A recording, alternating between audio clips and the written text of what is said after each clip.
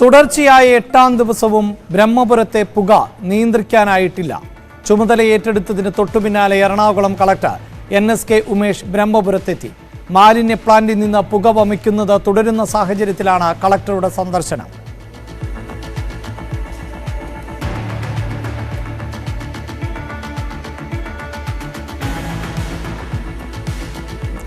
Ernakulam collector സ്ഥാനത്ത് നിന്ന് മാറ്റിയതിൽ രേണുരാജിന് അതൃപ്തിയെന്ന് സൂചന. ഇന്നലെ തന്നെ ചുമതലയൊഴിഞ്ഞ രേണുരാജ് യാത്രയയപ്പിന് നിന്നില്ല.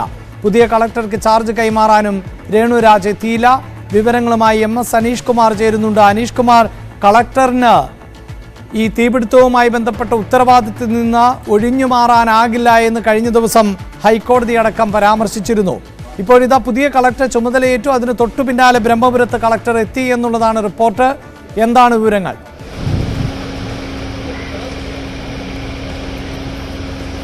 തീർച്ചയായും വലിയ രാഷ്ട്രീയ വിവാദമായി തന്നെ ബ്രഹ്മപുരം തീപിടുത്തം മാറുന്ന ഒരു സാഹചര്യം. പ്രതിപക്ഷ പാർട്ടികൾ ഒന്നടങ്കം ജില്ലാ ഭരണകൂടം ഈ ദുരന്തവുമായി ബന്ധപ്പെട്ട കാര്യം കൈകാര്യം ചെയ്യുന്നതിൽ ദയനീയമായി പരാജയപ്പെട്ടു എന്ന ആരോപണം. ഹൈക്കോടതിയിൽ നിന്നും തുടർച്ചയായ തിരിച്ചടികൾ സർക്കാരുണ്ടാവുന്നു. ജില്ലാ കളക്ടറെ പേരെടുത്ത് പറഞ്ഞ് കോടതി വിമർശിക്കുന്ന ഒരു സാഹചര്യത്തിലേക്ക് കാര്യങ്ങൾ നീങ്ങുന്നു. ഇതിൻ്റെ ഇടയിലാണ് ഇന്നലെ തന്നെ ജില്ലാ കളക്ടറായിരുന്ന ഡോക്ടർ രേണുരാജിന് സ്ഥലം മാറ്റം ഉണ്ടായത്.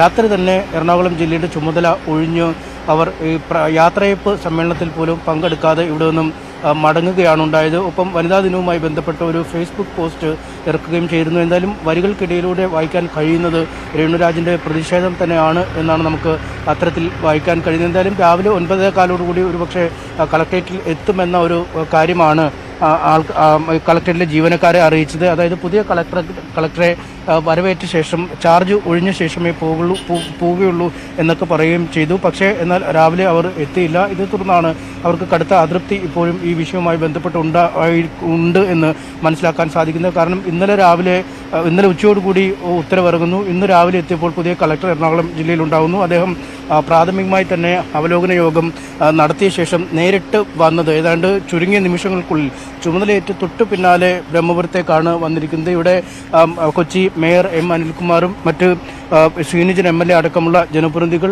മറ്റ് പോലീസ്, ഫയർഫോഴ്സിൻ്റെ അധികാരികൾ, കോർപ്പറേഷൻ സെക്രട്ടറി എന്നിവരുമായി ആശയവിനിമയം നടത്തുകയാണ്. തീ എത്രയും പെട്ടെന്ന് കെടുത്തുന്നതിനുള്ള ഒരു ഊർജിതമായ നീക്കം ജില്ലാ ഭരണകൂടത്തിൻ്റെ ഭാഗത്തുനിന്നും ഉണ്ടാവും എന്നാണ് അറിയിച്ചിരിക്കുന്നത്. നമുക്ക് ഇപ്പോൾ തന്നെ വിദൂര ദൃശ്യങ്ങളിൽ കാണാം ഈ മണ്ണുമാന്തി യന്ത്രങ്ങൾ നിർബാധം പണിയെടുത്തുകൊണ്ടിരിക്കുന്ന ഒരു സാഹചര്യം. ഈ ചവറ് കൂനകൾക്കിടയിൽ നിന്നും പുകയുന്ന ഭാഗം മാറ്റിയ ശേഷം അവിടെ തീ കെടുത്തുന്നതിനുള്ള സംവിധാനങ്ങളാണ്. കഴിഞ്ഞ ഏതാനും ദിവസങ്ങളായി തന്നെ നൂറുകണക്കിന് ഫയർഫോഴ്സിൻ്റെ വാഹനങ്ങൾ തീ അണയ്ക്കാനുള്ള നീക്കം നടത്തി വെള്ളം പമ്പ് ചെയ്തുകൊണ്ടിരുന്നിട്ട് പോലും തീ കെടാത്ത സാഹചര്യം. കാരണം ഈ ചവറുകൂനയുടെ ഉപരിതലത്തിലെ തീ വെള്ളം കൊണ്ട് അണയ്ക്കുമ്പോഴും മീറ്ററുകളോളം താഴ്ചയിൽ ഈ തീ പടർന്നു നിൽക്കുന്ന ഒരു സാഹചര്യം. പ്ലാസ്റ്റിക്കിൽ തീ പടരുമ്പോൾ ഒരു വശത്ത് നിന്നും മറുവശത്തേക്ക് ഇത് പകരുന്ന മറ്റൊരു സാഹചര്യം. എന്തായാലും അതുകൊണ്ട് തന്നെ ഓരോ ചെറിയ പ്രദേശങ്ങളായി ഇളക്കി മാറ്റി തീ അണച്ച് ഈ കാര്യങ്ങൾ നിയന്ത്രണ വിധേയമാക്കാം എന്നാണ് കരുതുന്നത്. എന്തായാലും ഇന്ന് പുകയ്ക്ക് ചെറിയ ശമനമുണ്ടെങ്കിൽ പോലും നമുക്ക് എതിർവശത്ത് നിൽക്കുന്ന സ്ഥലത്ത്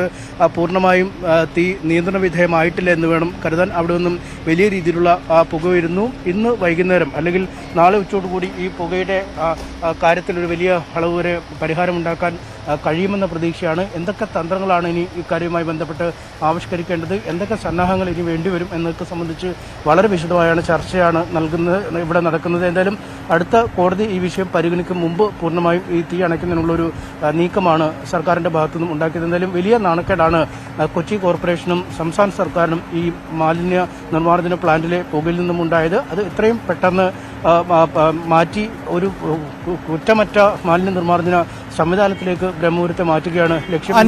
മുഖ്യമന്ത്രിയുടെ അധ്യക്ഷതയിൽ ഇന്നലെ ചേർന്ന ഉന്നതതല യോഗത്തിൽ ഈ ബ്രഹ്മപുരം തീർച്ചയായും തുടരുക. നമ്മൾ ഇപ്പോൾ ഈ ജനങ്ങളുടെ പ്രതികരണങ്ങൾ കൂടി തേടുകയാണ്. പ്രത്യേകിച്ച് ബ്രഹ്മപുരം ഇത്തരത്തിൽ പുകയുമ്പോൾ മറ്റ് പ്രദേശങ്ങളിൽ ഉൾപ്പെടെയുള്ളവർ അവർക്കെന്ത് ആശങ്കയാണ് പങ്കുവെക്കാനുള്ളത് എന്നുകൂടി പരിശോധിക്കുക. ഇപ്പോൾ പ്രസാദ് എന്ന പ്രേക്ഷകനുണ്ട്.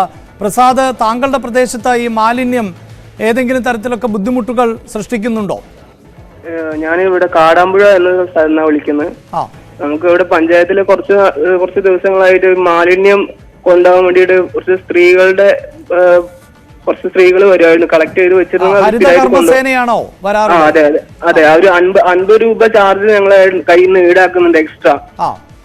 ഇപ്പൊ അതും പ്രോപ്പർ ആയിട്ട് നടക്കുന്നില്ല. ഇപ്പൊ അവരെന്താ ചെയ്യുന്നെന്ന് ഞങ്ങൾക്ക് അറിയില്ല. ഇപ്പൊ ഇവിടുന്ന് എടുക്കുന്ന വേസ്റ്റ് അവർ കൊണ്ട് എവിടെയും നിക്ഷേപിക്കുമെന്ന് അറിയില്ല. ജനങ്ങൾക്ക് ഇതിന്റെ പേരിലൊക്കെ ഭയങ്കരമായ ആശങ്കകളുണ്ട്. അതറിയിക്കാൻ വേണ്ടിയിട്ടാണ് ഞാൻ വിളിച്ചത്. പ്രസാദ് എവിടെയാണ് താമസിക്കുന്നത്? ഞാൻ കാടാമ്പുഴ, മലപ്പുറം ജില്ലയിലും കാടാമ്പുഴ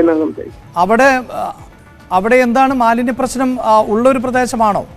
മാലിന്യം എല്ലായിടത്തും പ്രശ്നമാണ്. കേരളത്തിൽ എല്ലായിടത്തും മാലിന്യ പ്രശ്നമല്ല. ലോകത്ത് എല്ലായിടത്തും വേസ്റ്റ് മാനേജ്മെന്റ് വളരെ പ്രശ്നമായി നിൽക്കുന്ന ഒരു സമയമല്ലേ. റൈറ്റ്, വളരെ നന്ദി പ്രസാദ് പ്രതികരിച്ചതിന്. എറണാകുളത്ത് നിന്ന് രശ്മി എന്ന പ്രേക്ഷക ഇപ്പോൾ ചേരുന്നുണ്ട്. രശ്മി, എറണാകുളത്താണല്ലോ ഏറ്റവും കൂടുതൽ ഇപ്പോൾ ഈ മാലിന്യ പ്രശ്നം ചർച്ചയാകുന്നത്. ഈ ബ്രഹ്മപുരത്തെ പുക ബാധിക്കുന്ന പ്രദേശത്താണോ താമസിക്കുന്നത്? അതെ അതെ അതെ, കരിങ്ങാശ്രയിലാണ് താമസം. അവിടേക്ക് പുക എത്തിയിട്ടുണ്ടോ? എത്തിയിട്ടുണ്ട്. ഞങ്ങൾക്ക് രാവിലെയൊക്കെ ഇവിടെ നല്ല പുകയാണ് രാവിലെ. പിന്നെ പിള്ളേർക്കൊക്കെ അതിൻ്റെതായ ചുമ, അങ്ങനെ ശ്വാസം മുട്ടൽ, അങ്ങനെ ചെറിയ പ്രശ്നങ്ങളൊക്കെ ഉണ്ട്. ആരോഗ്യ പ്രശ്നം നേരിടുന്നുണ്ട്. പിന്നെ പിള്ളേർക്ക് സ്കൂളിൽ പോകാൻ പറ്റുന്നില്ല. ഇന്ന് ഈ അവധി പ്രഖ്യാപിച്ചിട്ടുണ്ടോ? ആ പ്രദേശത്തും അവധിയല്ലേ? അതെ അതെ, അവധിയാണ്. പക്ഷെ 10ാം ക്ലാസ്സിലെ പരീക്ഷയൊക്കെ നടക്കുന്ന സമയം കൂടിയാണല്ലേ? അതെ അതെ. ഈ മറ്റ് അധികൃതർ, അതായത് ഈ പഞ്ചായത്തിലെ മെമ്പർമാരോ ഒക്കെ ആരെങ്കിലുമൊക്കെ സംസാരിക്കുകയോ എന്തെങ്കിലുമൊക്കെ പറയുകയോ ചെയ്തിട്ടുണ്ടോ? ഒന്നും സംസാരിച്ചിട്ടില്ല, പ്രതികരിച്ചിട്ടില്ല. നിങ്ങൾ എങ്ങനെയാണ് വേസ്റ്റ് മാനേജ് ചെയ്യുന്നത്? ഞങ്ങളിവിടെ ഇതെടുക്കാൻ വേണ്ടിട്ട് ഹരിതകർമ്മസേനയുടെ ആളുകൾ വരാറുണ്ട്. അത് മുടങ്ങിയ പശ്ചാത്തലമുണ്ടോ? ഇല്ല ഇല്ല. റൈറ്റ്, വളരെ നന്ദി രശ്മി പ്രതികരിച്ചതിന്.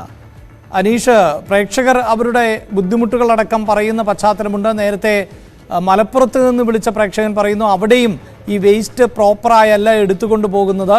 ഹരിതകർമ്മസേനയ്ക്ക് അവർ എല്ലാ മാസവും പണം നൽകുന്നുണ്ട് എങ്കിലും കൃത്യമായൊരു വേസ്റ്റ് മാനേജ്മെൻറ്റ് സംവിധാനമില്ല എന്നുള്ളതാണ്.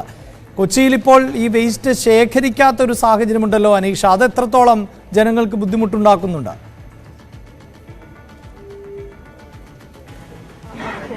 അഭിലാഷ്, എന്തായാലും യോഗം പൂർത്തിയാക്കിയ ശേഷം മേയറും കളക്ടറുടെ പുറത്തേക്ക് ഇറങ്ങി വരുന്നു. അവർ മാധ്യമങ്ങളെ കാണാൻ ഉള്ള തയ്യാറെടുപ്പിലാണ്. ഇപ്പോൾ മേയർ ആദ്യം കളക്ടർ വന്നു. എല്ലാവരും വന്നിട്ട് പറഞ്ഞു മാസ്ക് വെച്ച് സംസാരിച്ച പ്രശ്നമുണ്ടോ? ഇനി കയറിക്കണം. ഓ മതിയോ?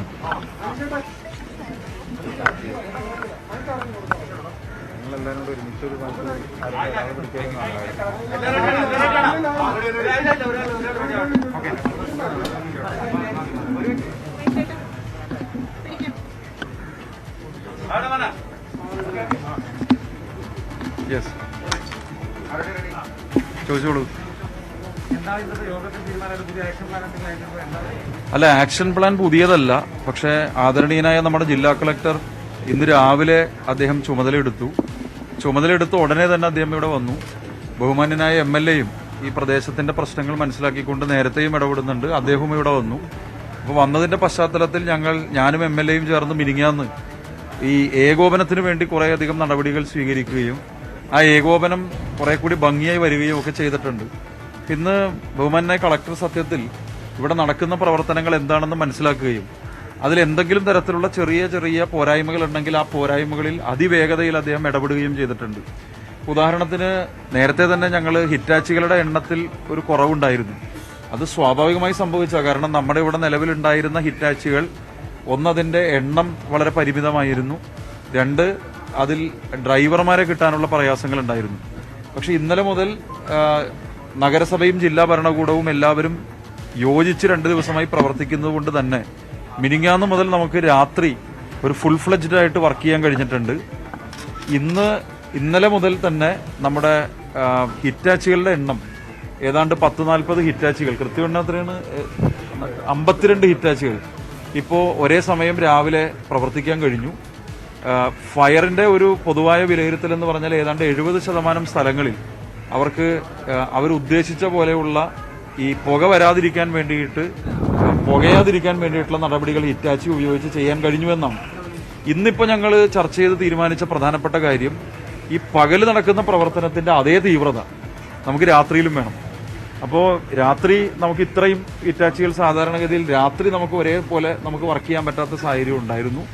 അപ്പോൾ അത് വർക്ക് ചെയ്യുന്നുണ്ടെങ്കിലും പകലുണ്ടാകുന്ന അതേ തീവ്രതയോടുകൂടി തന്നെ രാത്രിയിലും പ്രവർത്തിക്കണമെന്നാണ് തീരുമാനിച്ചത്. കാരണം കാലാവസ്ഥ കുറെ കൂടി നമുക്ക് അനുകൂലമായി വരുന്നത് രാത്രിയാണ്. അപ്പോൾ അത് പ്രധാനമായും തീരുമാനിച്ചിട്ടുണ്ട്.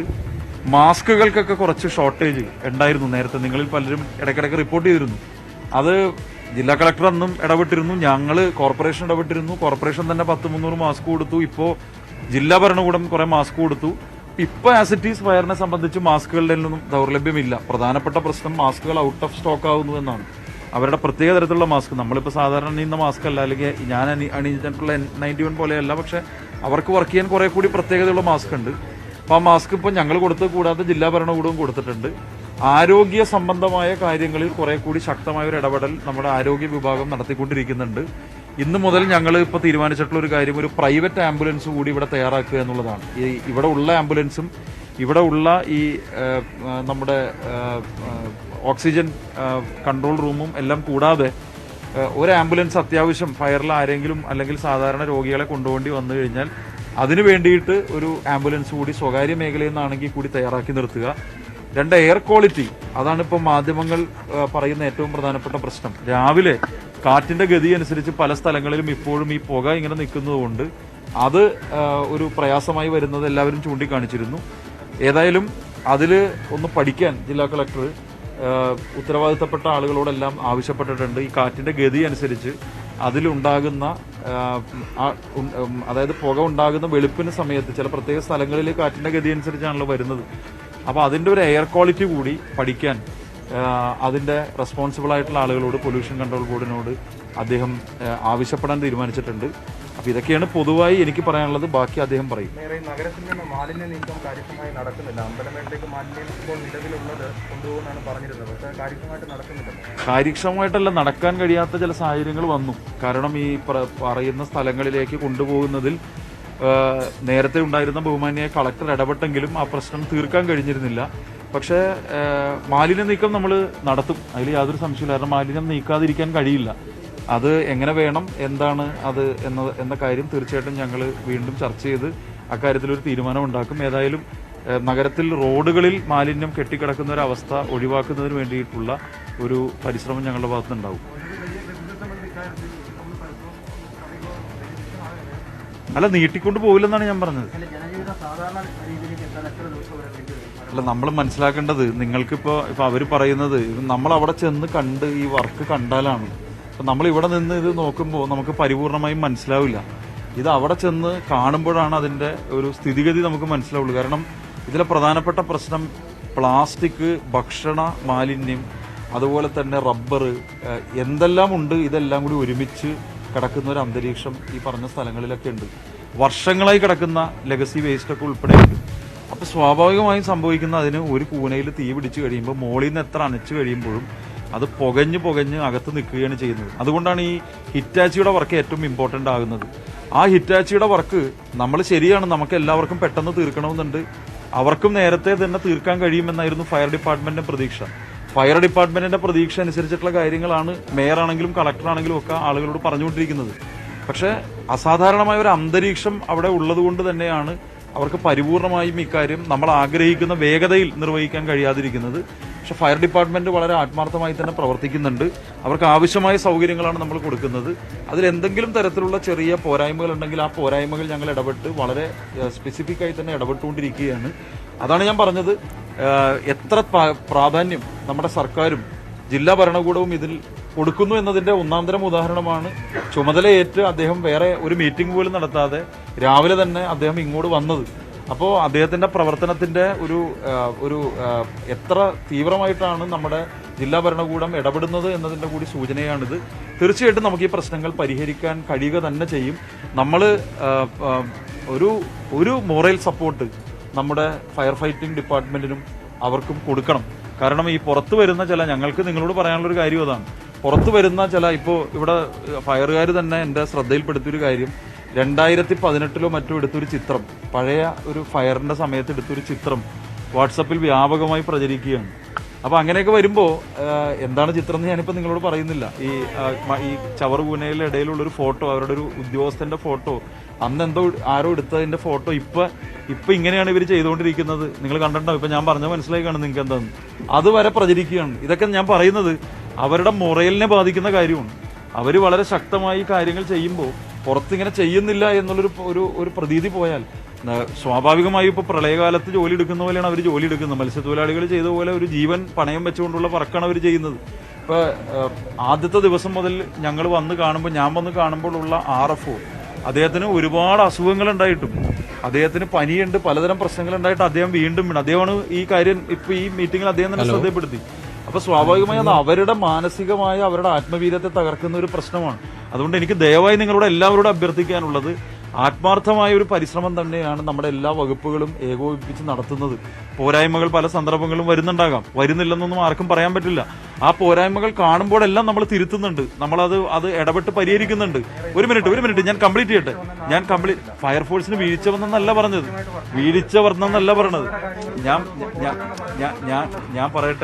ഞാൻ പറയട്ടെ ഞാൻ എന്താ പറഞ്ഞത്. ഫയർഫോഴ്സിന്റെ ഒരു ചിത്രം എടുത്തിട്ട് സോഷ്യൽ മീഡിയയിൽ മാധ്യമങ്ങൾ കൊടുത്തല്ല ഞാൻ പറഞ്ഞത്. ഞാൻ അങ്ങനെ പറഞ്ഞോ നിങ്ങളോട്? ഞാൻ എന്താ പറഞ്ഞത്? സോഷ്യൽ മീഡിയ പ്രചരിക്കുന്നതല്ലേ ഞാൻ പറഞ്ഞത്. അപ്പൊ അതുകൊണ്ട് എല്ലാ തരത്തിലും പ്രചരിക്കും. അപ്പോൾ ഞാൻ പറഞ്ഞത്, ഇപ്പോൾ നമുക്ക് എങ്ങനെയെങ്കിലും ഈ പ്രശ്നം പരിഹരിക്കുന്നതിൽ നിങ്ങളെല്ലാവരും അതിനൊരു പരിപൂർണമായ പിന്തുണ പൊതുജനങ്ങളുടെ ഭാഗത്തുനിന്ന് കൂടി ഉണ്ടാകണമെന്ന് ഞാൻ അഭ്യർത്ഥിക്കുന്നു. തള്ളിക്കളയാം, സ്വീകരിക്കാം, അതെല്ലാം ഓരോരുത്തരുടെ സ്വാതന്ത്ര്യം.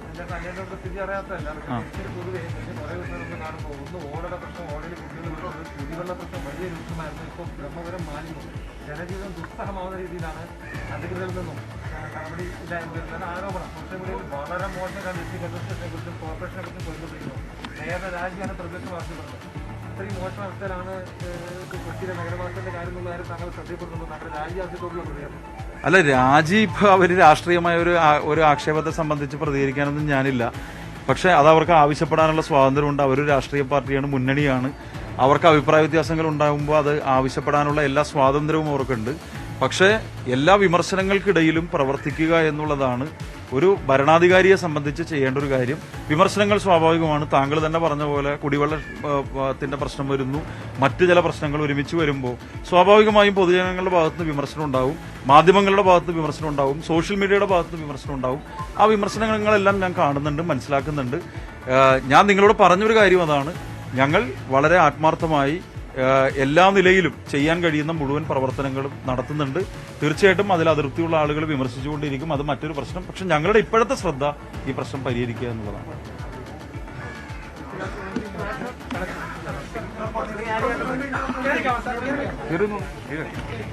ബഹുമാനപ്പെട്ട മേയറും ബഹുമാനപ്പെട്ട മേയറും അതുപോലെ ബഹുമാനപ്പെട്ട MLA-യും വളരെ ആക്റ്റീവായിട്ടാണ് ഇവിടെ മൊത്തം ടീമും fire department, revenue, health, corporation എല്ലാവരും ഒരുമിച്ചാണ്, ഒറ്റക്കെട്ടായി നിന്നിട്ടാണ് ഇവിടെ പ്രവർത്തിച്ചു കൊണ്ടിരിക്കുന്നത്. ഞാൻ ഇന്ന് ജോയിൻ ചെയ്തതേ ഉള്ളൂ. ഞാൻ ജസ്റ്റ് ഇപ്പോൾ ഈ മീറ്റിങ്ങിൽ കാര്യങ്ങൾ ഞാൻ മനസ്സിലാക്കിയിട്ടുണ്ട്.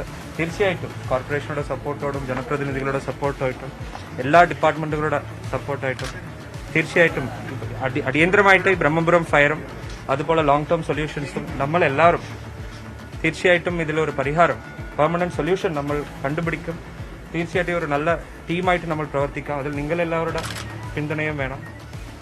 അത്രേ എനിക്ക് പറയാനുള്ളൂ. പിന്നെ ഞാൻ ഇന്ന് ജോയിൻ ചെയ്തത് കൊണ്ട് ഇത് ഒരു കല്യാണത്തിലൊരു ഹണിമൂൺ പീരീഡ് ആയിട്ട് കരുതിയാൽ മതി.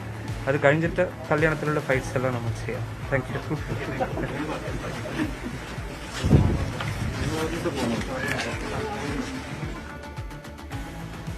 ജില്ലാ നേതൃത്വത്തിന്റെ യോഗം ആണ് അല്പസമയം മുമ്പ് അവസാനിച്ചത്. ജില്ലാ കളക്ടർ പങ്കെടുത്തു, മേയർ പങ്കെടുത്തു, അതോടൊപ്പം തന്നെ കുന്നത്തുനാട് MLA ഉൾപ്പെടെ ആണ് ഇപ്പോൾ ഈ യോഗത്തിൽ പങ്കെടുത്തത്. അതിനുശേഷം മാധ്യമങ്ങളോട് സംസാരിക്കുകയായിരുന്നു മേയർ. വിമർശനങ്ങളൊക്കെ ഉയരുന്നുണ്ട് എങ്കിലും ആ വിമർശനങ്ങൾക്കിടയിൽ നിന്നുകൊണ്ട് മുന്നോട്ട് പോകുന്നു. തീ അണയ്ക്കാനുള്ള പരിശ്രമമാണ്. പ്രതീക്ഷിച്ച വേഗത്തിൽ തീ അണയ്ക്കാൻ സാധിച്ചിട്ടില്ല. പക്ഷേ രാത്രിയും പകലും ഇല്ലാതെ തന്നെയാണ് ഇപ്പോൾ ഈ തീ അണയ്ക്കാനുള്ള ശ്രമം തുടരുന്നത് എന്നാണ് പറയുന്നത്. ഒപ്പം പുതുതായി ചുമതലയേറ്റ കളക്ടറും അദ്ദേഹം ചുമതലയേറ്റിട്ടേ ഉള്ളൂ, ഒരു ദീർഘകാലാടിസ്ഥാനത്തിൽ ഇതിനൊരു സൊല്യൂഷൻ കണ്ടെത്തുമെന്ന പ്രതികരണമാണ് കളക്ടറുടെ ഭാഗത്ത് നിന്ന് ഉണ്ടായിട്ടുള്ളത്.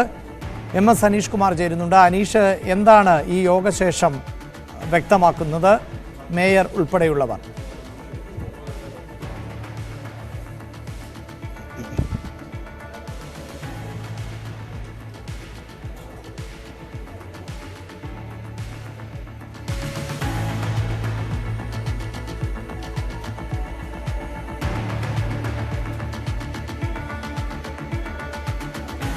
അനീഷ്, ഈ യോഗത്തിൽ ഏതെങ്കിലും തരത്തിലുള്ള പ്രധാനപ്പെട്ട തീരുമാനങ്ങൾ കൈക്കൊണ്ടിട്ടുണ്ടോ? ഇപ്പോഴത്തെ നടപടിക്രമങ്ങളിൽ നിന്ന് എന്തെങ്കിലും മാറ്റം പ്രതീക്ഷിക്കേണ്ടതുണ്ടോ?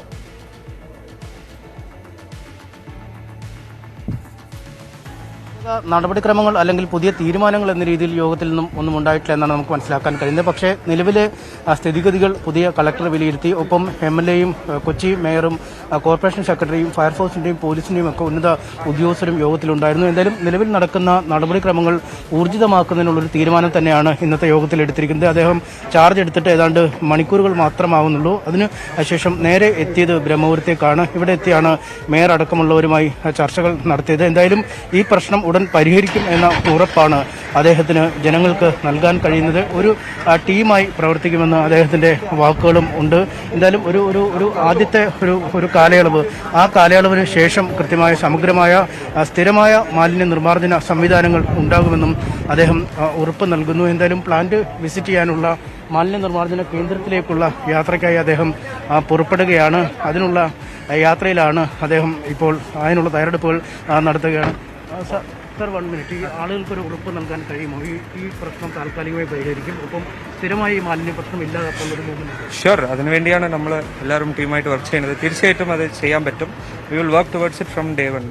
ഇന്നിപ്പോൾ വന്ന ശേഷം ആദ്യത്തെ അസൈൻമെന്റ് തന്നെ ഇതായിരുന്നു അല്ലേ? യെസ്, ഞാൻ ചാർജ് എടുത്തു. എനിക്ക് എറണാകുളം ഒന്നും അറിയില്ല, ഡയറക്റ്റ് ഇവിടെ വന്നത്. മേയറും ഒക്കെ ആയിട്ട് ഒരു ആശയവിനിമയം പൂർത്തിയാക്കി കഴിഞ്ഞിരിക്കുന്നു. കാര്യങ്ങളെപ്പറ്റി ഏകദേശം ഒരു ധാരണ ലഭിച്ചു. ഈ കാര്യത്തെക്കുറിച്ച് ഒരു ഏകദേശം ലഭിച്ചു. ജനങ്ങൾക്ക് ഒരു അഷുറൻസ് കൊടുക്കുന്നുണ്ട്, സോർട്ട് ഔട്ട് ചെയ്യാൻ വളരെ ചുരുങ്ങി. 100% നമ്മളെല്ലാവരും ഗവൺമെന്റ് ഇവിടെ പ്രവർത്തിക്കുന്നത് ജനങ്ങൾക്ക് വേണ്ടി മാത്രമാണ്. ജനങ്ങൾക്ക് വേണ്ടി മാത്രമാണ് ഇവിടെ ഉള്ള എല്ലാവരും. ഇവിടെ നിങ്ങൾ ഉൾപ്പെടെ, ഞാൻ ഉൾപ്പെടെ, പോലീസ് ഉൾപ്പെടെ, ഫയർ സർവീസ് ഉൾപ്പെടെ, MLA ഉള്ളത് എല്ലാവരും ജനങ്ങൾക്ക് വേണ്ടിയാണ് വർക്ക് ചെയ്യുന്നത്. 100% ഉറപ്പ് കൊടുക്കുന്നു. We will give our best. We will ensure ഈ ടെമ്പററി സൊല്യൂഷനും ഈ പെർമനന്റ് സൊല്യൂഷനും നമ്മൾ സമയബന്ധിതമായിട്ട് നടപ്പിലാക്കും. ഏത് സ്ഥലമായാലും ചില കലാമിറ്റീസ് വരും, ചില ഡിസാസ്റ്ററുകളൊക്കെ വരും അല്ലെ? അത് സോർട്ട് ഔട്ട് ചെയ്യുമ്പോഴാണ് യഥാർത്ഥമായ ആളുകൾ, അതുവരെ ജനങ്ങൾ കോപ്പറേറ്റ് ചെയ്യണം അല്ലേ? തീർച്ചയായിട്ടും ഒരു ടഫ് സിറ്റുവേഷൻ വരുമ്പോഴാണ് we all should be together. നമ്മളെല്ലാവരും ഒറ്റക്കെട്ടായി നിന്നാൽ പ്രതികരിക്കാൻ പറ്റാതെ ഒരു ക്രൈസിസ് ഇല്ല. ഷുവർ. Thank you sir. എന്തായാലും ജനങ്ങൾ ഒറ്റക്കെട്ടായി ഈ സാഹചര്യത്തെ നേരിടണം. വളരെ പെട്ടെന്ന് തന്നെ ഇതിനൊരു പോംവഴി ഉണ്ടാകും എന്നാണ് അദ്ദേഹം പറയുന്നത്. അദ്ദേഹം ഇപ്പോൾ ഈ മാലിന്യ പ്ലാന്റ് സന്ദർശിക്കുന്നതിനായി പോകുന്ന ദൃശ്യങ്ങളാണ് കാണുന്നത്. വന്ന് ചുമതലയേറ്റ ഏതാനും മിനിറ്റുകൾക്കുള്ളിൽ തന്നെ ആദ്യം അദ്ദേഹം ഇറങ്ങിയത് ബ്രഹ്മപുരത്തേക്കാണ്. ബ്രഹ്മപുരത്തെ കാര്യങ്ങൾ നേരിട്ട് കണ്ട് മനസ്സിലാക്കുക എന്ന വലിയ ദൗത്യമാണ് അദ്ദേഹത്തിന് സർക്കാർ നൽകിയത്. അത് വളരെ ചുരുങ്ങിയ സമയത്തിനുള്ളിൽ ആദ്യ ഒരു ഹ്രസ്വകാല ഒരു തീർപ്പ് അക്കാര്യത്തിൽ ഉണ്ടാക്കും. അതിനുശേഷം ഒരു ദീർഘകാല മാസ്റ്റർ പ്ലാൻ, അതായത് ഈ മാലിന്യ നിർമ്മാർജ്ജനം വളരെ ഫലപ്രദമായി മുന്നോട്ട് കൊണ്ടുപോകുന്നതിനുള്ളൊരു ആക്ഷൻ പ്ലാൻ തന്നെ നടപ്പിലാക്കും എന്നാണ് അദ്ദേഹം പറഞ്ഞിരിക്കുന്നത്. നമുക്കറിയാം, ഇന്നലെ ഉച്ചയോടുകൂടിയാണ് ഈ മുമ്പുണ്ടായിരുന്ന കളക്ടർ രേണു രാജിന് തൻ്റെ സ്ഥാനം ഒരുപക്ഷെ നഷ്ടപ്പെട്ട് സ്ഥലമാറ്റം ഉണ്ടായി മറ്റൊരിടത്തേക്ക് പോകേണ്ടി വന്നത്. സർക്കാരിന് വലിയ പ്രതിരോധത്തിലാക്കിയ ഒരു സംഭവമാണ് ഈ തീപിടുത്തമുണ്ടായത്. തീപിടുത്തമുണ്ടായി ഇന്ന് 8ാം ദിനവും കൊച്ചി പോലെ കേരളത്തിലെ ഏറ്റവും വലിയ നഗരം, വ്യാവസായിക തലസ്ഥാനമെന്ന് വിശേഷിപ്പിക്കാൻ കഴിയുന്ന ഇടം പുകഞ്ഞുകൊണ്ടിരിക്കുന്നു. ആളുകൾക്ക് ശ്വാസമുട്ടലും തലവേദനയും ഒക്കെയായി കുട്ടികളടക്കം ബുദ്ധിമുട്ടുന്ന ഒരു സാഹചര്യത്തിലേക്ക് നീങ്ങുന്നു. ഹൈക്കോടതിയുടെ ഭാഗത്തു നിന്നും നിശിതമായ വിമർശനങ്ങൾ ജില്ലാ ഭരണകൂടത്തിന് നേരിടേണ്ടി വരുന്ന ഒരു സാഹചര്യം. എന്തായാലും അക്ഷരാർത്ഥത്തിൽ അങ്ങേയറ്റം പ്രതിസന്ധി നിറഞ്ഞ ഒരു സാഹചര്യത്തിലൂടെയാണ് എറണാകുളം ജില്ലാ ഭരണകൂടം കടന്നുപോയത്. എന്തായാലും അതിനൊരു പരിഹാരമായി ഒരു ഊർജിതമായ നടപടിക്രമങ്ങൾ ഇപ്പോൾ കൈക്കൊള്ളുമെന്നാണ് ജില്ലാ ഭരണകൂടം അറിയിച്ചിരിക്കുന്നത്. അതിൻ്റെ ഭാഗമായാണ് ഇപ്പോൾ പുതിയ കളക്ടർ ഈ സ്ഥലത്ത് ചുമതലയേറ്റ് മിനിറ്റുകൾക്കുള്ളിൽ തന്നെ അദ്ദേഹം ഔദ്യോഗിക ഓഫീസിൽ നിന്നും പുറത്തേക്ക് ഇറങ്ങി ബ്രഹ്മപുരത്തേക്ക് തന്നെ നീങ്ങുന്നത്. എന്തായാലും ഈ മേയറുടെ വാക്കുകളിൽ നിന്നുമൊക്കെ വലിയ പ്രതീക്ഷ ഇക്കാര്യത്തിൽ ജില്ലാ ഭരണകൂടത്തിൽ നിന്നും കോർപ്പറേഷൻ പ്രതീക്ഷിക്കുന്നു. കൃത്യമായൊരു ഏകോപനം ഈ നടപടിക്രമങ്ങളുമായി ബന്ധപ്പെട്ടൊക്കെ ഉണ്ടാകുമെന്ന ഒരു പ്രതീക്ഷയും ഉണ്ട്. എന്തായാലും അദ്ദേഹം അല്പസമയത്തിനകം പ്ലാന്റിൽ നേരിട്ടെത്തി സ്ഥിതിഗതികൾ വിലയിരുത്തുന്നതിനുള്ളൊരു ഒരുക്കം നടത്തുന്നു. കൊച്ചി മേയർ അനിൽകുമാർ അദ്ദേഹത്തോടൊപ്പം ഉണ്ട്. മറ്റ് ഫയർഫോഴ്സിൻ്റെയും പോലീസിൻ്റെയും ഒക്കെ ഉന്നത ഉദ്യോഗസ്ഥർ ആ സ്ഥലം MLA ക്ഷീണിച്ചടക്കമുള്ള ആളുകളും അദ്ദേഹത്തിനൊപ്പം ഉണ്ട്. എന്തായാലും വളരെ പെട്ടെന്ന് തന്നെ കാര്യങ്ങൾ ഒരു പോംവഴി ഉണ്ടാക്കാൻ കഴിയുമെന്നാണ് പ്രതീക്ഷ. തീർച്ചയായും ഈ സംഘം ഇപ്പോൾ കൂടുതൽ പരിശോധന നടത്തുവാണ്. നമുക്ക് ആ ദൃശ്യങ്ങൾ പങ്കുവെച്ചുകൊണ്ടേയിരിക്കാം അനീഷ്. അതോടൊപ്പം മുരളീധരൻ എന്ന ഒരു പ്രേക്ഷകനുണ്ട്. എപ്പോഴാണോ അനീഷിന്റെ പ്രതികരണങ്ങൾ, മറ്റ് MLA ഉൾപ്പെടെയുള്ളവരുണ്ട്, നമുക്ക് ആ പ്രതികരണത്തിലേക്ക് പോകേണ്ട ഘട്ടത്തിൽ പോകാം.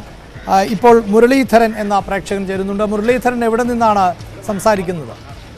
കൊല്ലം മയ്യനാട്ടിൽ നിന്നാണ്. കൊല്ലത്ത് ഇത്തരം മാലിന്യ പ്രശ്നങ്ങളുണ്ടോ? ഉണ്ട്, എന്നാൽ ഇത്ര തീവ്രതയില്ല.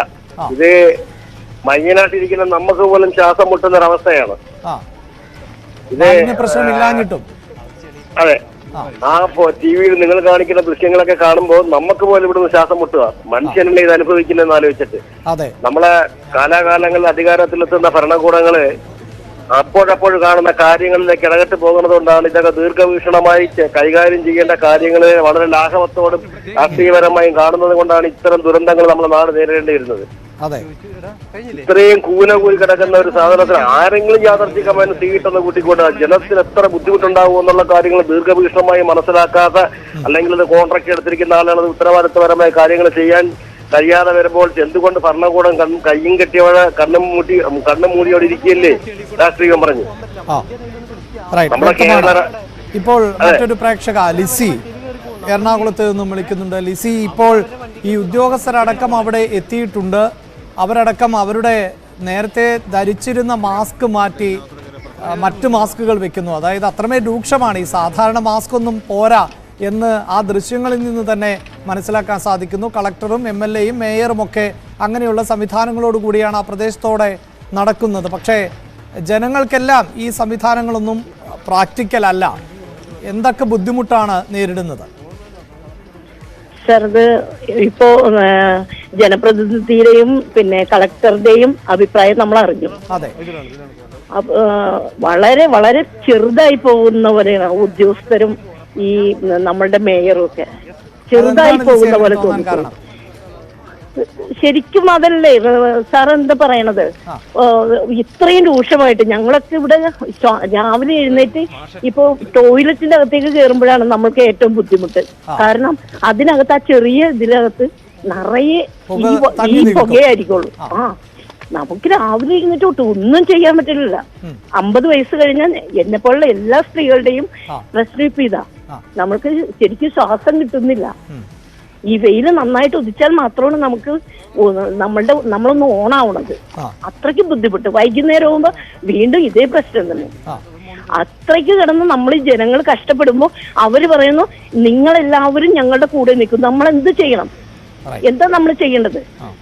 ഇവര് നമ്മളോട് ഒരു പ്ലാസ്റ്റിക് പോലും കത്തിക്കരുത് എന്ന് പറഞ്ഞിട്ട് ഇവരിതെല്ലാം കൂടി അവിടെ കൊണ്ടുവന്ന് ഞങ്ങൾക്ക് ഒന്നിച്ച് കത്തിച്ച് ഞങ്ങളുടെ ജീവൻ കളയണം. എന്താ പറയണത്?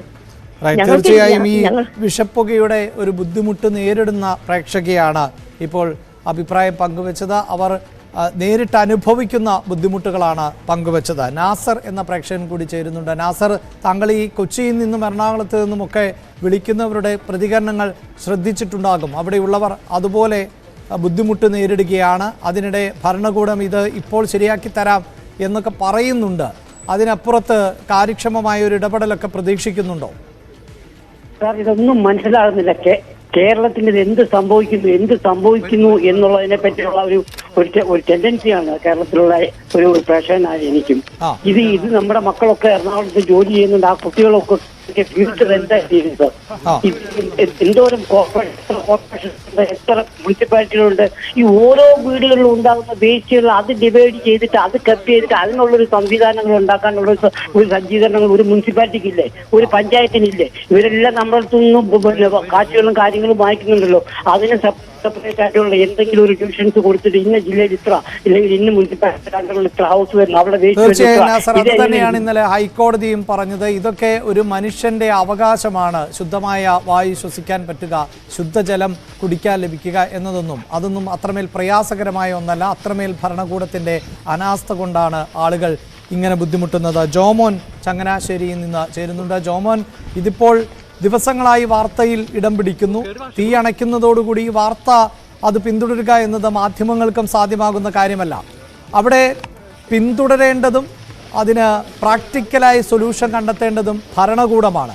അവർ വാർത്തകളെ അടിസ്ഥാനപ്പെടുത്തി അല്ല അത് തുടരേണ്ടത്. അങ്ങനെ ഒരു ഇടപെടലൊക്കെ ഉണ്ടാകും എന്ന് ജോമോൻ പ്രതീക്ഷിക്കുന്നുണ്ടോ? സാർ, എനിക്ക് പറയാനുള്ളത് നമ്മുടെ മാലിന്യ സംസ്കരണ സിസ്റ്റമേ ശരിയല്ല. ഇതുപോലെ കുന്നുകൂടി മാലിന്യങ്ങൾ ഇടേണ്ട ഒരു കാര്യവുമില്ല. കാരണം നമ്മുടെ വീടുകളിൽ ഉണ്ടെന്ന കുറച്ച് മാലിന്യങ്ങൾ വീടുകൾ മാത്രം സംസ്കരിക്കാവുന്ന ഒരു സിസ്റ്റം നമുക്കിവിടെ കൊണ്ടുവരണം. അത് പഞ്ചായത്ത് തലത്തിൽ അതിനുള്ള കാര്യങ്ങൾ ചെയ്യേണ്ടത് അത്യാവശ്യമാണ്. കാരണം വീടുകളിൽ ചെറിയ ഒരു ക്വാണ്ടിറ്റിയിൽ ചെയ്യാവുന്ന ഒരു മാലിന്യ സംസ്കരണം ആണ് നമ്മൾ ഇവിടെ റോഡ് സൈഡിൽ കൊണ്ടിടുകയും അതുപോലെ ഇതുപോലെ കുന്നുകൂടി പുകച്ചു കളയുകയൊക്കെ ചെയ്യുന്നത്. അത് മാത്രമല്ല സാർ, വേറെ ഒരു കാര്യം കൂടെ പറയാനുള്ളത്, ജോമോൻ ഈ നഗരപ്രദേശത്താണോ ജീവിക്കുന്നത്? അതെ സാർ.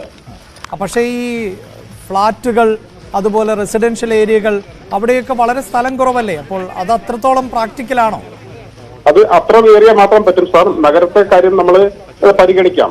പക്ഷെങ്കിൽ ഇപ്പോൾ പഞ്ചായത്തുകളിൽ ഉള്ള മാലിന്യങ്ങൾ പഞ്ചായത്ത് വഴി ഇപ്പോൾ അത് കളക്ട് ചെയ്തുകൊണ്ട് റോഡ് സൈഡിൽ, അതായത് ബസ് പോകുന്ന റോഡ് സൈഡിൽ കൊണ്ട് ഇടുന്ന ഒരു പ്രവണത ശ്രദ്ധയിൽപ്പെട്ടിട്ടുണ്ട്.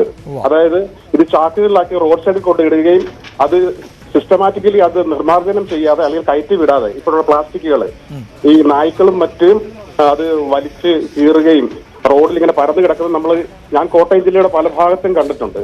അപ്പോൾ നാളെ ഒരു സമയത്ത് ഇതിപ്പോൾ ഇങ്ങനെ പുകയുന്നു, നാളെ ഒരു സമയത്ത് അതായിരിക്കും ഇവിടെ ഒരു വലിയ പ്രശ്നമാണ്. അതെ, കോട്ടയത്ത് ഇതാണ് കാഴ്ചയെങ്കിൽ അതിദയനീയമാണ് കൊച്ചിയിലെ കാഴ്ച. കാരണം ഈ മാലിന്യ സംസ്കരണ പ്ലാന്റിൽ തീ പിടിച്ചതിന് ശേഷം ഇതുവരെയും മാലിന്യം ശേഖരിച്ചിട്ടില്ല. ഈ ചെറിയ കുടുംബങ്ങൾ, മറ്റെവിടെയെങ്കിലും നിക്ഷേപിക്കാൻ സ്ഥലമില്ലാത്ത വീടുകളിൽ താമസിക്കുന്നവർ, ഫ്ളാറ്റുകളിൽ ഉൾപ്പെടെയൊക്കെ ഉള്ളവർ അവരുടെ മാലിന്യം എന്ത് ചെയ്യണം, ഫുഡ് വേസ്റ്റ് അടക്കം എന്ത് ചെയ്യണമെന്നറിയാതെ പകച്ചു നിൽക്കുന്ന ഒരു സാഹചര്യം കൂടിയാണുള്ളത്. മോനിച്ചൻ ഉണ്ട് എറണാകുളത്ത് നിന്ന്. മോനിച്ചൻ, എറണാകുളത്ത് എവിടെ നിന്നാണ് സംസാരിക്കുന്നത്? ഞാൻ തലയോർപ്പുറമ്പിൽ നിന്നാണ് സാറേ. പറയൂ, എന്താണ് മോനിച്ചന്റെ പ്രദേശത്ത് ഇത്തരത്തിൽ ബുദ്ധിമുട്ടുകൾ ഉണ്ടാകുന്നുണ്ടോ? ഉണ്ട് സാറേ, ഉണ്ട് സാറേ. ഇവിടെ എല്ലാം ഞങ്ങൾക്കെല്ലാം ബുദ്ധിമുട്ടുണ്ടാണ്ട് വൈക്കം വരെ ഇത് എത്തിയിട്ടുണ്ട്. ഇപ്പൊ അതിനല്ല സാറേ, ഇതിന് ആകാശത്തിന് ജില്ലയോ അതിരോ ഒന്നുമില്ല.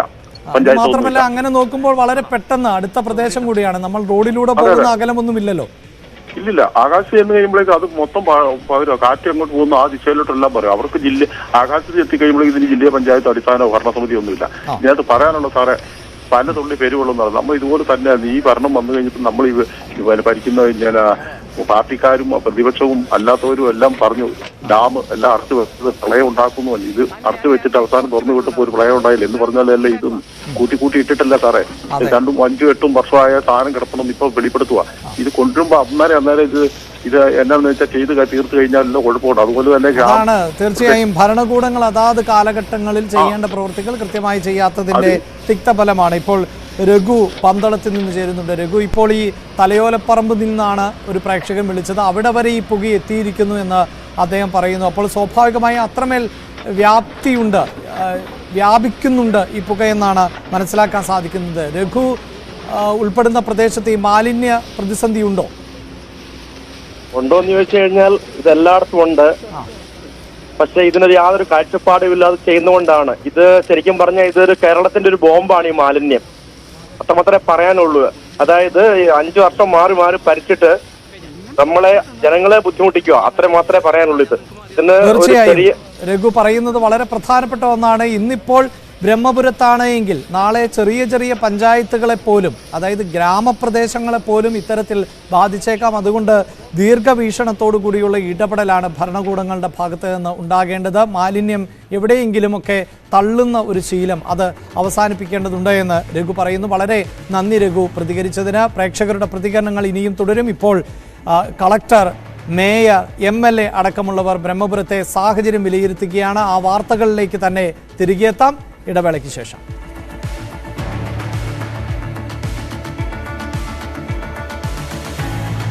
ന്യൂസ് റൂം ലൈവ് തുടരുകയാണ്. പ്രേക്ഷകരുടെ പ്രതികരണങ്ങൾ ഉൾപ്പെടെയാണ് നമ്മൾ തേടിക്കൊണ്ടിരിക്കുന്നത്. അതിനിടയിൽ ഇപ്പോൾ സ്വപ്ന സുരേഷിൻ്റെ ഒരു പ്രതികരണം വന്നിരിക്കുന്നു. സ്വപ്ന സുരേഷ് അവരുടെ ഫേസ്ബുക്ക് പോസ്റ്റിൽ തന്നെയാണ് പ്രതികരിച്ചിട്ടുള്ളത്. ഈ സ്വർണ്ണക്കടത്തുമായി ബന്ധപ്പെട്ട കേസിൽ ഒത്തുതീർപ്പിന് ശ്രമമുണ്ടായി എന്ന തരത്തിലാണ് അവർ പ്രതികരിച്ചിട്ടുള്ളത്. 5 മണിക്ക് ഫേസ്ബുക്കിലൂടെ ഇതുമായി ബന്ധപ്പെട്ട കൂടുതൽ വിവരങ്ങൾ പങ്കുവയ്ക്കും എന്നും സ്വപ്ന സുരേഷ് അറിയിക്കുകയും ചെയ്തിട്ടുണ്ട്.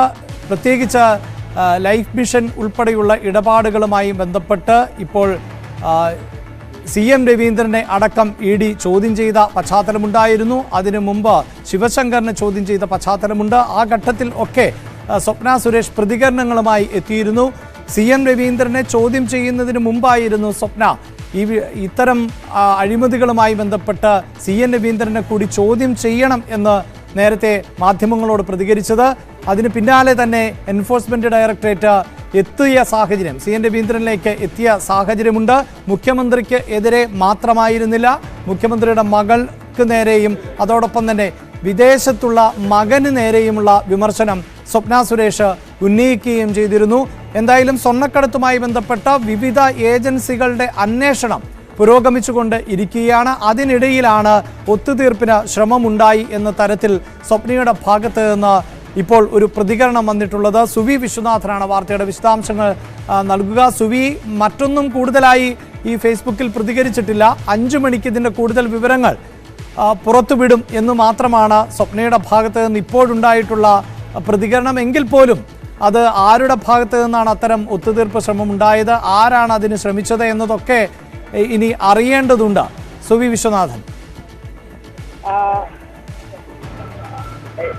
അഭിലാഷ്, സ്വപ്ന സുരേഷ് ഇന്ന് വൈകിട്ട് 5 മണിയോടുകൂടിയാണ് ലൈവിൽ വരിക എന്നാണ് പറയുന്നത്. കഴിഞ്ഞ ദിവസം തന്നെ സ്വപ്ന സുരേഷ് മാധ്യമങ്ങളോട്, പ്രത്യേകിച്ച് ന്യൂസ് 18നോട് സംസാരിച്ചപ്പോൾ വലിയ തോതിലുള്ള വെല്ലുവിളിയെല്ലാം തന്നെ നടത്തിയിരുന്നു. പ്രത്യേകിച്ചും മുഖ്യമന്ത്രി നിയമസഭയിൽ സ്വപ്ന സുരേഷിനെ അറിയില്ല എന്നൊരു പ്രസ്താവന നടത്തിയതിന് എതിരെയായിരുന്നു സ്വപ്ന സുരേഷ് രംഗത്ത് വന്നത്. എന്തുകൊണ്ടാണ് അദ്ദേഹം ഇങ്ങനെ കള്ളങ്ങൾ പറഞ്ഞുകൊണ്ടിരിക്കുന്നത് എന്നൊരു ചോദ്യമാണ് സ്വപ്ന സുരേഷ് ചോദിച്ചത്. ആവശ്യമുള്ള ഘട്ടത്തിൽ ഓരോ വിവരങ്ങളും പുറത്തേക്ക് വരുന്നുണ്ട്. ആവശ്യമുള്ള ഘട്ടത്തിൽ മുഖ്യമന്ത്രിക്കെതിരെയുള്ള തെളിവുകൾ കൂടെ താൻ പുറത്തുവിടും എന്ന് സ്വപ്ന സുരേഷ് പറയുന്ന ഒരു സാഹചര്യം കൂടി ഉണ്ടായിരുന്നു.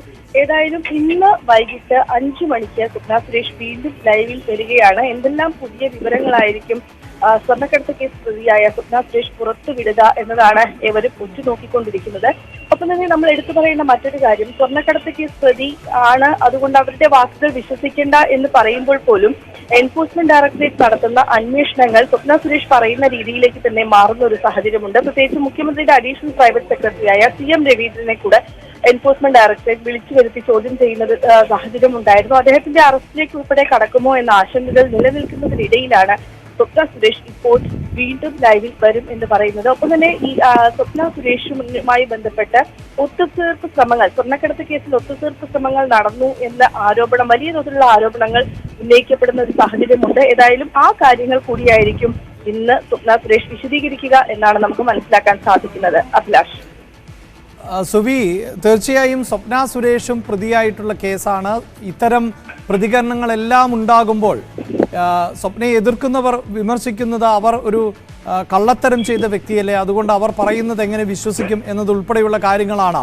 പക്ഷേ പലപ്പോഴും സ്വപ്ന സുരേഷ് പറഞ്ഞിട്ടുള്ള കാര്യങ്ങൾ ചേർത്ത് വെച്ച് നോക്കുമ്പോൾ അതിലേക്കൊക്കെ അന്വേഷണ ഏജൻസികൾ എത്തുകയും സ്വപ്ന പറഞ്ഞ പല കാര്യങ്ങളും ശരിയെന്ന തരത്തിലേക്ക് അന്വേഷണ ഏജൻസികളിൽ നിന്ന് തന്നെ വിവരങ്ങൾ ലഭിക്കുകയും ഒക്കെ ചെയ്യുന്ന സാഹചര്യമുണ്ട്. അതാണ് CM രവീന്ദ്രനുമായുള്ള ചാറ്റ്.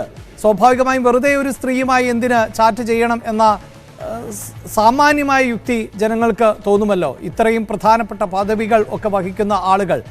അപ്പോൾ സ്വപ്നയുടെ പ്രതികരണം എന്തു തന്നെയാണ് എങ്കിലും അത് വളരെ പ്രധാനപ്പെട്ടതായി മാറാനുള്ള സാധ്യത നമുക്ക് തള്ളിക്കളയാനാകുമോ?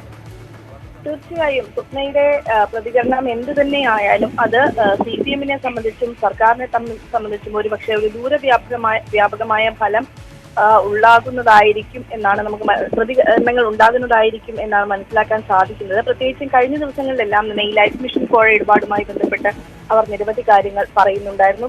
ഒപ്പം ഈ സ്വപ്ന സുരേഷിനെയും മറ്റും ചോദ്യം ചെയ്യുമ്പോൾ ഈ CM രവീന്ദ്രനുമായുള്ള ചാറ്റ് സംഭാഷണങ്ങൾ ഉൾപ്പെടെ ഡിലീറ്റ് ചെയ്യപ്പെട്ടിരുന്നു. അത് വീണ്ടും എൻഫോഴ്സ്മെന്റ് ഡയറക്ടറേറ്റ് റിട്രീവ് ചെയ്തെടുത്ത ചാറ്റ് സംഭാഷണങ്ങളാണ് അടുത്തിടെ പുറത്തു വന്നിരിക്കുന്നത്. CM രവീന്ദ്രനെ കുറിച്ച് പറയുകയാണെങ്കിൽ മുഖ്യമന്ത്രിയുടെ ഏറ്റവും കോൺഫിഡൻഷ്യലായ വിവരങ്ങൾ പോലും കൈകാര്യം ചെയ്യുന്ന വ്യക്തിയാണ്.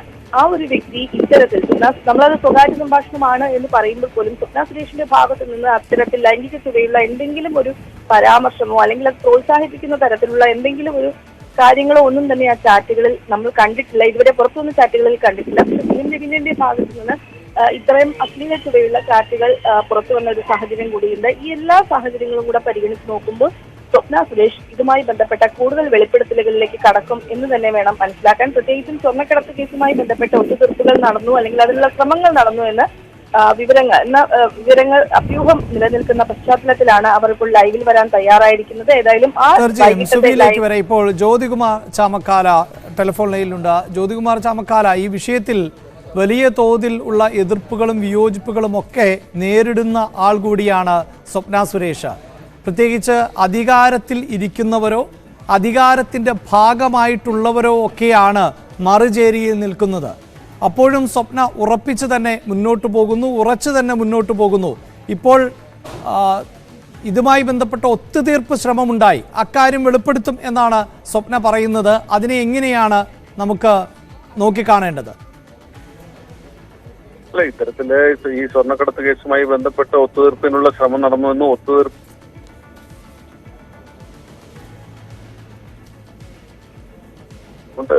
അതിനകത്ത് പുതുമയില്ല. അവർ അതിപ്പോ സ്വപ്ന സുരേഷ് കൂടി പറയുന്നു എന്നതിലാണ് പുതുമയുള്ളത്. ഞങ്ങളെ സംബന്ധിച്ച് ഞങ്ങൾ പലപ്പോഴും ഇത് പറഞ്ഞിരുന്നു, പ്രതിപക്ഷം എന്ന നിലയിൽ ഞങ്ങൾ കൃത്യമായി പറഞ്ഞിരുന്നു. BJPയും പിന്നെ അതുപോലെ തന്നെ ഇവിടുത്തെ സംസ്ഥാന സർക്കാരിന്റെ ഭാഗമായി നിൽക്കുന്നവർ തമ്മിലുള്ള ഒത്തുതീർപ്പിന്റെ ശ്രമത്തെ സംബന്ധിച്ച് ഒത്തുതീർപ്പ് നടത്തിയതിനെ സംബന്ധിച്ച് നമുക്ക് പറഞ്ഞിരുന്നു. ഇവിടെ ഇപ്പോൾ സ്വപ്ന സുരേഷ് അത് പറഞ്ഞിരിക്കുന്നു. സ്വാഭാവികമായി അവർ വൈകിട്ട് ലൈവിൽ വരുമെന്നാണ് പറഞ്ഞിട്ടുള്ളത്.